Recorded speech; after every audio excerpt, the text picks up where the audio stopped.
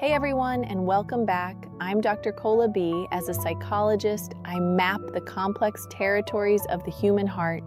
As a songwriter, I know those territories often contain contradictions, mountains of desire right next to canyons of fear. Today, we need to talk about one of the most confusing and often self-sabotaging patterns in relationships, the push-pull dynamic that comes from within. This isn't just about dealing with an avoidant partner, though it often intersects. This is about that deeply unsettling feeling inside yourself where you desperately crave deep, intimate connection. But the moment it starts to feel real, a powerful, almost primal urge kicks in to run. You might find yourself pursuing someone intensely only to feel suffocated and pull away the moment they reciprocate. Or maybe you keep potential partners at arm's length, longing for closeness but simultaneously terrified of what it might demand, what it might cost you. You feel like you're constantly stepping forward with one foot and stepping back with the other. You tell yourself you're confused, or maybe that you just haven't found the right person yet. You might even label yourself commitment phobic. I'm here to give you the clinical, unvarnished truth. It's not just confusion. It's not just about them. It's often a deep-seated emotional ambivalence. It's the internal war between your fundamental human need for connection and a learned, powerful fear of what happens when you truly let someone in. You keep reaching out, then retreating. That's not confusion, that's protection. Today, we're going to explore the psychological roots of this internal push-pull, understand why it happens, and most importantly, discuss how you can start to find peace and make conscious choices from a place of awareness, not just reaction. 1. The core conflict, approach versus avoidance within you. Let's start by naming the core psychological engine driving this pattern. The approach-avoidance conflict. This isn't just a relationship dynamic. It's an internal state where two strong opposing motivations are activated simultaneously about the same thing. In this case, intimacy, the approach drive. This is your innate biological imperative for connection. Humans are wired for bonding. We need love, belonging, and intimacy to thrive emotionally and physically. This is the part of you that yearns for a partner, that feels lonely, that seeks closeness. The avoidance drive. This is the learned protective part of you. Based on past experiences, often rooted in childhood attachment, but also potentially later relationship traumas, this part has learned that getting too close, becoming too vulnerable, or depending too much on someone can lead to pain.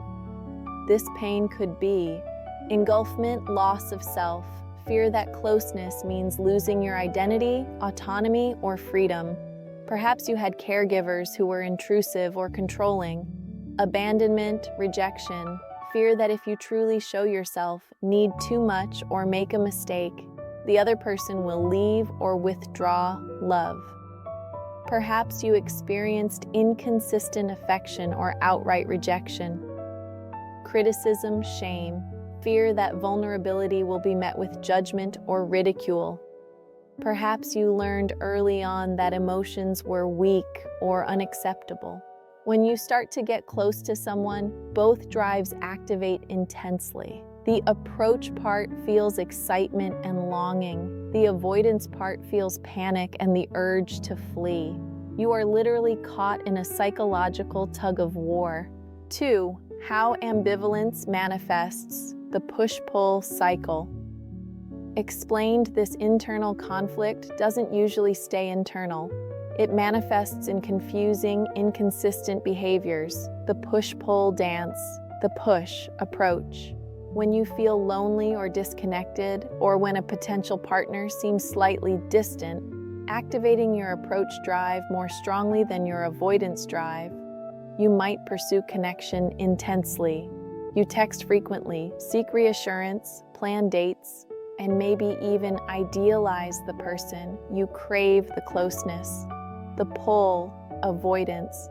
The moment that person reciprocates fully, the moment intimacy deepens, the moment commitment feels tangible, your avoidance drive kicks into high gear. Suddenly, the closeness feels overwhelming, suffocating, dangerous. You start to nitpick, find faults. Your brain actively searches for reasons why this person isn't right for you, focusing on minor flaws. Withdraw emotionally. You become distant, less communicative, maybe even cold. Create physical distance. You get busy, cancel plans, need space. Sabotage. You might pick a fight, cross a boundary, or engage in behavior that pushes the other person away, often subconsciously. The aftermath. Once you've successfully created distance, the immediate fear subsides. But then the loneliness creeps back in. You start to miss the connection. You might regret pulling away, and the cycle begins again. This isn't intentional manipulation, usually. It's the outward expression of your internal ambivalence. You genuinely do want connection, and you genuinely are terrified of it. I want to pause here, because if you have ever recognized this pattern in yourself, that confusing cycle of intense pursuit followed by sudden retreat, or the constant feeling of wanting love but sabotaging it, go ahead and hit that like button. It's a powerful acknowledgement that this internal conflict is real, deeply frustrating, and more common than you think. 3, it's not them, it's the feeling, fear of vulnerability. We often externalize the problem. We think, it's just that they weren't right, or I just haven't met someone who makes me feel safe enough.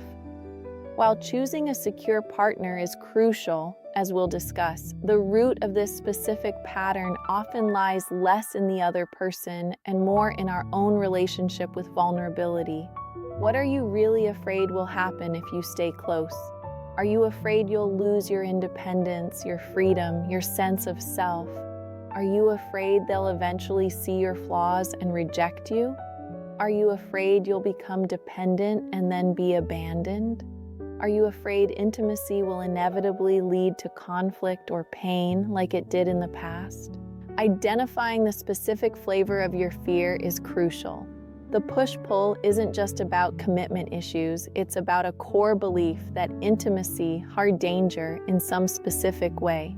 You're not necessarily afraid of the person, you're afraid of the feelings that closeness evokes within you. The retreat isn't about rejecting them, it's about escaping your own anticipated pain or loss of control. And if you are ready to stop being controlled by that fear, if you want to understand your own internal landscape better and learn how to navigate intimacy with more courage and less conflict, then I invite you to hit that subscribe button. Consider it a commitment to becoming conscious of your patterns so you can choose differently. 4, breaking your own cycle, the path to integration. So, how do you break free from this internal tug of war? It's not about eliminating the fear entirely, it's about learning to integrate both needs, the need for connection and the need for safety, autonomy, in a healthier way.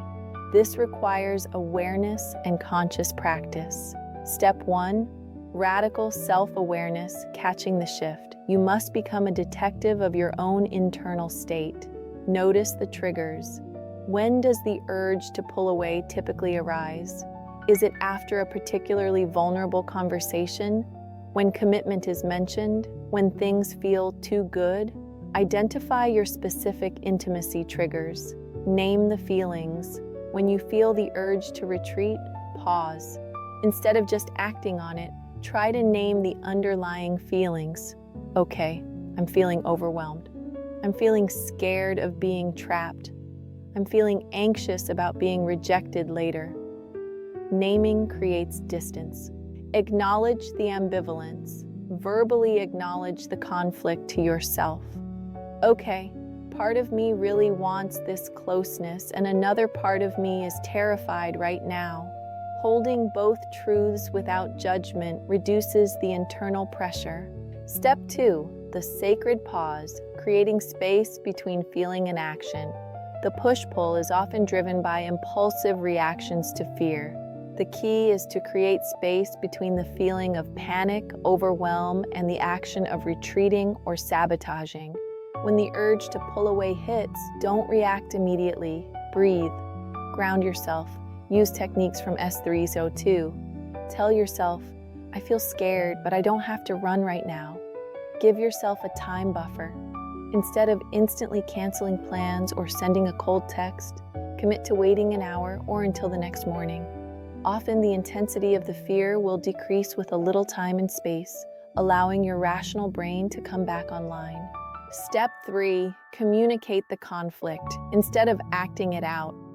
This is advanced, requires a safe partner, and takes immense courage.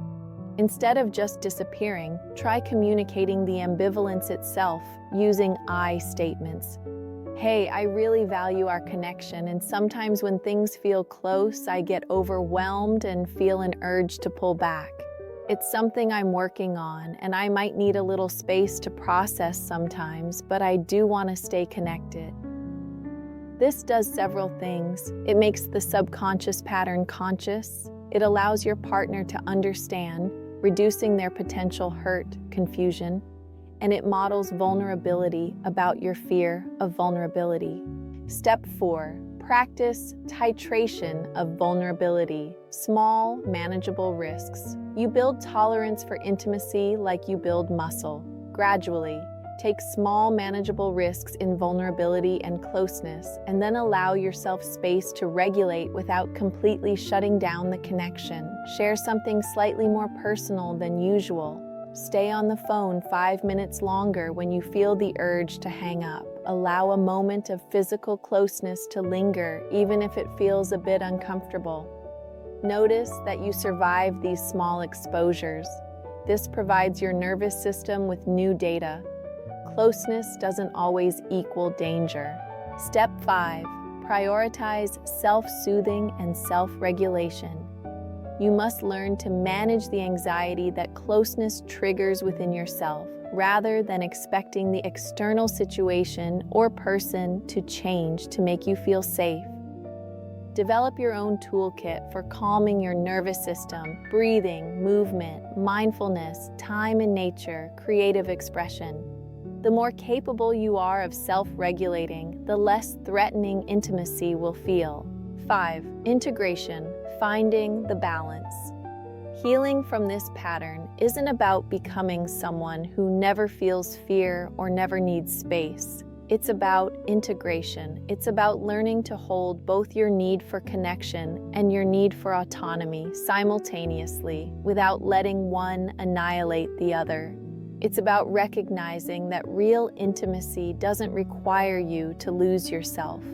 It requires you to know yourself well enough to stay grounded even when you're close to another. It's about understanding that vulnerability isn't weakness. It's the doorway to the very connection you crave. This journey requires immense patience and self-compassion. You are unlearning patterns that likely served a protective purpose for a long time. But by bringing awareness to the dance, by learning to pause, and by taking small risks, you can slowly shift from being controlled by the push-pull to consciously choosing connection, one brave step at a time. This is Dr. Cola B. Thank you for exploring this deeply personal and often hidden struggle with me. If this message brought you some self-understanding or gave you tools to navigate your own internal conflicts, please like this video and subscribe to the channel if you haven't already. Don't forget to hit that notification bell. And remember, the conflict you feel isn't a sign you're broken. It's a sign you're human, caught between the universal need to connect and the personal need to feel safe. Be kind to both parts of yourself. I'll see you next time.